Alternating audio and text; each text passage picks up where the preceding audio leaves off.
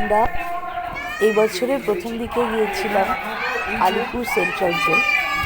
সেখানে গিয়ে সেই সময়ে স্বাধীনতা সংগ্রামীদের কীভাবে জেলের মধ্যে রাখা হতো সেগুলো দেখলাম। আপনারা জেলের ভেতরটা দেখতে পাচ্ছেন। এই ঘরগুলোতে বিপ্লবীরা থাকতেন এবং দেখতে পাচ্ছেন যে কিভাবে থাকতেন, আর তাদের আটকে রাখার কী সুন্দর বন্দোবস্ত ছিল এবং তাদের উপর নৃশংস অত্যাচার চলতো এবং একটা ঘরের মধ্যেই তারা মানে সব কিছুই তাদের করতে হতো, খাওয়া, শোয়া আর বাকি টয়লেট ইত্যাদি সব কিছুই তাদের একটা ঘরের মধ্যেই করতে হতো। দেখে খুব কষ্ট লাগছিল এবং ভয়ও লাগছিল। এই দেখুন, এই ঘরটার মধ্যেই কীরকম মানে টয়লেটও করতে হতো তাদের, সেটাও দেখানো রয়েছে। আর কত উঁচুতে একটা করে জানলা মোটে থাকতো, একটু আলো আসতো, একটু বাতাস আসতো, এই রকম। ব্রিটিশ শাসক স্বাধীনতা সংগ্রামীদের উপরে নৃশংস অত্যাচার করত, এটা দেখেই বোঝা যাচ্ছে।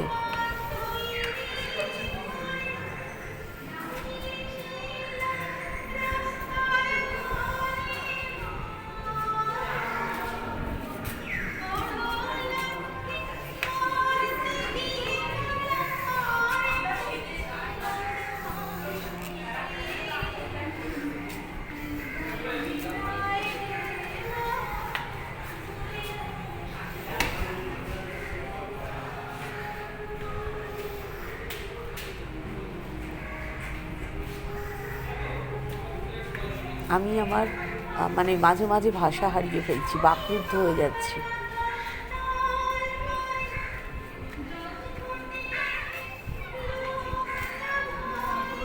এখানে এসে কীরকম গা ছমছম করছিল।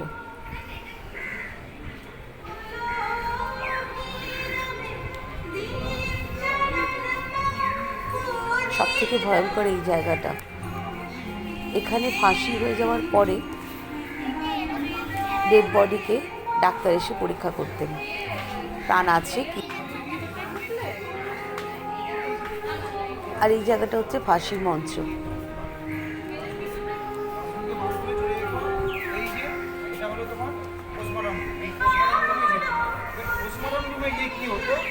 দেখেই কীরকম শিউরে উঠছিলাম।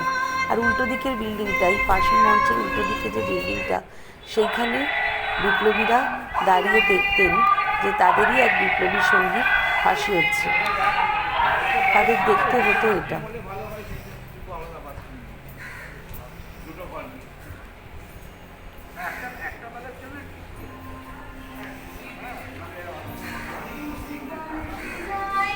ভীষণই মর্মান্তিক ব্যাপার হতো এখানে।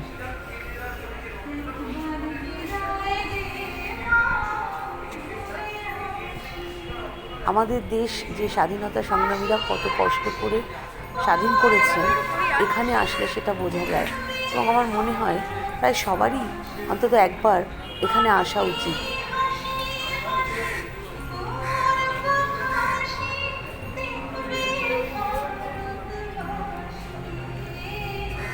কি অমানসিক অত্যাচার বিপ্লবীদের উপরে হতো, তারা কত কষ্ট সহ্য করেছেন শুধুমাত্র এই দেশের স্বাধীনতা অর্জনের জন্য, সেটা এখানে আসলে বোঝা যায়। এই আলিপুর সেন্ট্রাল জেল বিশাল বড়, অনেকটা জায়গা জুড়ে রয়েছে। আর এখানে অত্যাচারও মারাত্মক রকমের হতো। আর বিপ্লবীরা সশ্রম কারাদণ্ডে দণ্ডিত হলে এই কাজগুলো তাদের করতে হতো। ও আচ্ছা।